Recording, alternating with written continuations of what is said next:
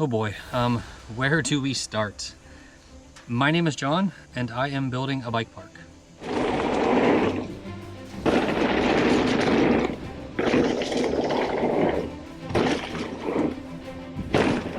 I realize this might sound a bit crazy. I don't have a massive budget, and I'm not related to anybody at Walmart.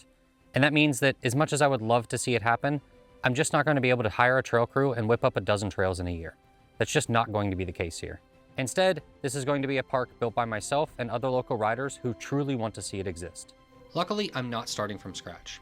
I already have the land, and it's a perfect fit for a bike park, which is a huge piece of the puzzle. I also have an excavator, which is basically a necessity for any sized features, let alone park-sized features. It isn't going to be easy, but I'm determined to make it happen, and I'm calling it Squonk Bike Park.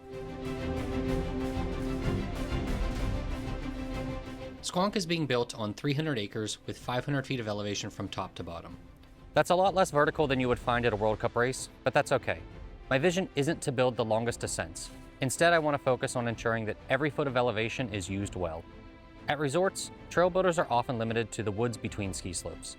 This can limit the potential of many of the trails, and it can also lead to dull sections that waste elevation. Here, we just don't have that problem. The land is 100% dedicated to the bike park. That means that every descent can be purpose-built and packed with flow, jumps, technical features, and progression from top to bottom. I have been fortunate enough to ride at quite a few trail systems in the US, so my inspirations for the trails comes from all over, but the most notable is probably Ride Cayuga in North Carolina. The trails there are a mix of progression-friendly jumps, technical features, and everything in between. You can find everything from kid-friendly trails all the way to massive 50-foot jumps. And this is all done with around 500 feet of elevation, making it very similar to what I have to work with. Squonk Bike Park needs to have a similar feel to Cayuga in order to be successful. It needs to be fun for everyone from beginner to expert.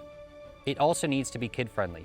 Plenty of parents struggle to enjoy parks, which is crazy because the footprint required to make them a fun experience for kids is quite small. There also needs to be a variety of unique and engaging trails. Nothing should feel cookie cutter. Finally, the trails need to be good enough that people would actually pedal back to the top even if there wasn't a shuttle. This is what I view as the ultimate test as to whether a trail system is actually good or if it's just okay. With the property I have, I think this is all very possible. I know it's not going to be easy, but that's part of what makes it special. Every berm, every jump, every stretch of trail is going to be built with intention. It's not just going to be dirt moved around by strangers who view it as another job. It's going to be hours of effort, late nights, laughs, and plenty of sweat by people who just want to ride here. Since I mentioned pedaling, it's probably worth talking about shuttles. The trails are being designed around a shuttle road, and I plan to run shuttles on weekends. But through the weekdays, the trails are going to be pedal access only. There is an existing logging road that should work quite well, but it needs some work.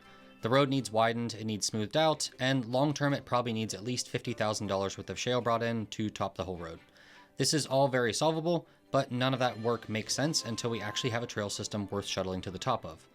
Rather than spending my initial budget on road improvements, shuttle vehicles, trailers, and the corresponding insurance, instead I'm opting to focus on the trails.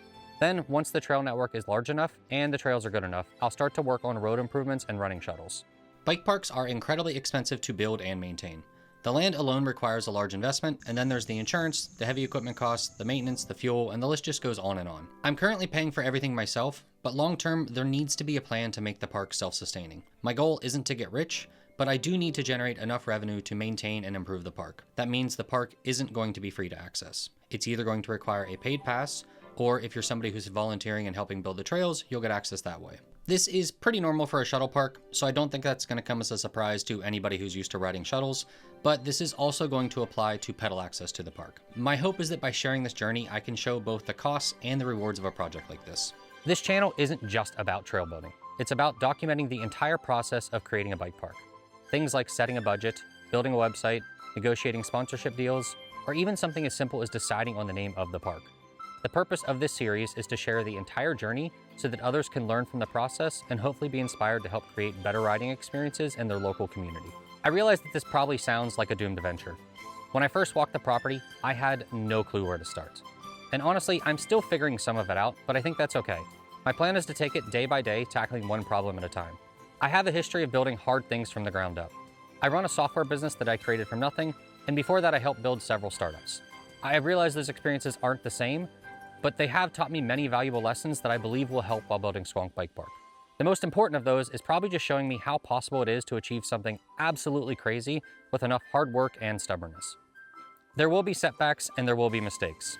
I'll almost certainly need to rely on friends and other trail builders for some help down the road. But I am confident that this bike park can become something special. So hit that subscribe button to follow the journey and maybe even come ride with us one day, because this is just the beginning of Squonk Bike Park.